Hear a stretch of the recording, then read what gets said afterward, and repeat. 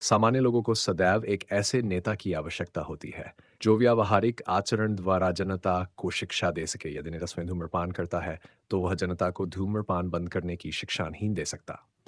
चैतन्य महाप्रभु ने कहा है कि शिक्षा देने के पूर्व शिक्षक को ठीक ठीक आचरण करना चाहिए। जो इस प्रकार शिक्षा देता है वह आचार्य आदर्श शिक्षक कहलाता है। अतः शिक्षक को चाहिए कि सामान्य जन को शिक्षा देने के लिए स्वयं शास्त्रीय सिद्धांतों का पालन करे। कोई भी शिक्षक प्राचीन प्रामाणिक ग्रंथों के नियमों के विपरीत कोई नियम नहीं बना सकता। मनु संहिता जैसे प्रामाणिक ग्रंथ मानव समाज के लिए अनुसरणीय आदर्श ग्रंथ हैं। अतः नेता का उपदेश ऐसे आदर्श शास्त्रों के नियमों पर आधारित होना चाहिए। जो व्यक्ति अपनी उन्नति चाहता है उसे महान शिक्षकों द्वारा अभ्यास किए जाने वाले आदर्श नियमों का पालन करना चाहिए।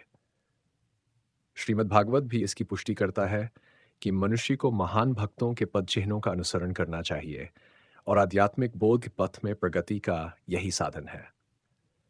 चाहे राजा हो या राज्य का प्रशासनाधिकारी, चाहे पिता हो या शिक्षक, ये सब अबोध जनता के स्वाभाविक नेता माने जाते हैं। इन सबका अपने आश्रितों के प्रति महान उत्तरदायित्व रहता है। अतः इन्हें नैतिक तथा आध्यात्मिक संहिता संबंधी आदर्श ग्रंथों से सुपरिचित होना चाहिए। वैदिक साहित्य में भगवान का वर्णन इस प्रकार हुआ है। तमीश्वराणाम परममेश्वरं तद्वतानां परमं च दैवम्, प्रतिपतीनां परमं परस्ताद् विदाम देवं भुवनश्मीड्यम्, नत्स्य कार्यकरंच विद्यते न तत्समश्चाभेदिक्दृश्यते, परास्य शक्तिर्विविधैः श्रूयते स्वाभाविकी जान बल क्रियाच। परमेश्वर समस्त नियंताओं के नियंता है और विभिन्न लोकपालकों में सबसे महान है। सभी उनके अधीन। इस सारे जीवों को परमेश्वर से ही विशिष्ट शक्ति प्राप्त होती है। जीव स्वयं श्रेष्ठ नहीं है। वे सभी देवताओं द्वारा पूज्य है और समस्त संचालकों के भी संचालक हैं। अ, अतः वे समस्त भौतिक नेताओं तथा नियंताओं से बढ़कर है और सबों द्वारा आराध्य है। उनसे बढ़कर कोई नहीं है और वे ही समस्त कारणों के कारण हैं। उनका शारीरिक स्वरूप सामान्य जीव जैसा नहीं होता। उनके शरीर तथा आत्मा में कोई अंतर नहीं है। वे परम है। उनकी सारी इंद्रियां दिव्य हैं। उनकी कोई भी इंद्रिय अन्य किसी इंद्रिय का कार्य संपन्न कर सकती है।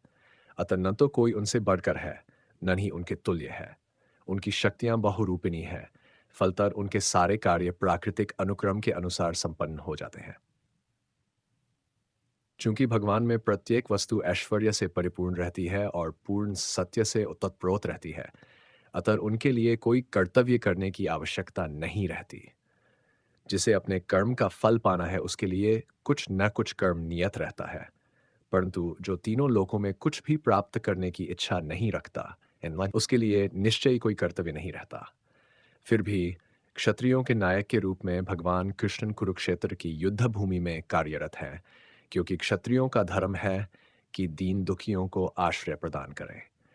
यद्यपि वे शास्त्रों के विधि विधानों से सर्वथा ऊपर हैं, फिर भी वे ऐसा कुछ भी नहीं करते जो शास्त्रों के विरुद्ध हो। आध्यात्मिक जीवन की उन्नति के लिए एवं सामाजिक शांति में संतुलन बनाए रखने के लिए कुछ परंपरागत कुलाचार हैं जो प्रत्येक सभ्य व्यक्ति के लिए होते हैं। ऐसे विधि विधान केवल बद्ध जीवों के लिए हैं, भगवान कृष्ण के लिए नहीं। लेकिन क्योंकि वे धर्म की स्थापना के लिए अवतरित हुए थे, अतः उन्होंने निर्दिष्ट नियमों का पालन किया। अन्यथा सामान्य व्यक्ति भी उन्हीं के पद चिन्हों का अनुसरण करते, क्योंकि कृष्ण परम प्रमाण है। श्रीमद् भागवत से यह ज्ञात होता है कि श्री कृष्ण अपने घर में तथा बाहर गृहस्थोचित धर्म का आचरण करते रहे। वर्णसंकर वंशजन समुदाय है जो सामान्य समाज की शांति को भंग करता है। इस सामाजिक अशांति को रोकने के लिए अनेक विधि विधान हैं, जिनके द्वारा स्वतः ही जनता आध्यात्मिक प्रगति के लिए शांत तथा सुव्यवस्थित हो जाती है। जब भगवान कृष्ण अवतरित होते हैं तो स्वाभाविक है कि वे ऐसे महत्वपूर्ण कार्यों की प्रतिष्ठा तथा अनिवार्यता बनाए रखने के लिए इन विधि विधानों के अनुसार आचरण करते हैं। भगवान समस्त जीवों के पिता हैं और यदि ये जीवित भ्रष्ट हो जाए तो अप्रत्यक्ष रूप में यह उत्तरदायित्व उन्हीं का है। अतः जब भी विधि विधानों का अनादर होता है तो भगवान स्वयं समाज को सुधारने के लिए अवतरित होते हैं। किंतु हमें ध्यान देना होगा कि यद्यपि हमें भगवान के पद चिन्हों का अनुसरण करना है, तो भी हम उनका अनुकरण नहीं कर सकते। अनुसरण और अनुकरण एक से नहीं होते। हम गोवर्धन पर्वत उठाकर भगवान का अनुकरण नहीं कर सकते, जैसा कि भगवान ने अपने बाल्यकाल में किया था। ऐसा कर पाना किसी मनुष्य के लिए संभव नहीं। हमें उनके उपदेशों का पालन करना चाहिए, किंतु किसी भी समय हम उनका अनुकरण नहीं करना है। नैतत्समाचरितुमनसापि विनश्यत्याचरण मौर्यथारुद्रो अब्धिजन विषम ईश्वराणां वच सत्यंत हैवाचरितं क्वचित तेषां यत्स्ववचो युक्तम बुद्धिमान तत्सत। मनुष्य जी को भगवान तथा उनके द्वारा शक्ति प्रदत्त सेवकों के उपदेशों मात्र पालन करना चाहिए। उनके उपदेश हमारे लिए अच्छे हैं और कोई बुद्धिमान पुरुष बताई गई विधि से उनको कार्यान्वित करेगा। फिर भी मनुष्य को सावधान रहना चाहिए कि वह उनके कार्यों का अनुकरण न करे। उसे शिव जी के अनुकरण में विश्वास मुद्रा नहीं पी लेना चाहिए। हमें सदैव ईश्वरों की या सूर्य तथा चंद्रमा की गतियों को वास्तव में नियंत्रित कर सकने वालों की स्थिति को श्रेष्ठ मानना चाहिए। ऐसी शक्ति के बिना कोई भी सर्वशक्तिमान ईश्वरों का अनुकरण नहीं कर सकता। शिवजी ने सागर तक के विष का पान कर लिया, किंतु यदि कोई सामान्य व्यक्ति विष की एक बूंद भी पीने का यत्न करेगा तो वह मर जाएगा। शिवजी के अनेक छद्म भक्त हैं जो गांजा तथा ऐसी ही अन्य मादक वस्तुओं का सेवन करते रहते हैं, किंतु वे ये भूल जाते हैं कि इस प्रकार शिवजी का अनुकरण करके वे अपनी मृत्यु को निकट बुला रहे हैं।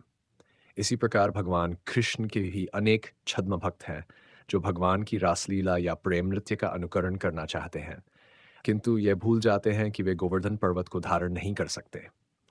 अतः सबसे अच्छा तो यही होगा कि लोग शक्तिमान का अनुकरण करके केवल उनके उपदेशों का पालन करें, नहीं बिना योग्यता के किसी को उनका स्थान ग्रहण करने का प्रयत्न करना चाहिए। ऐसे अनेक ईश्वर के अवतार हैं जिनमें भगवान की शक्ति नहीं होती।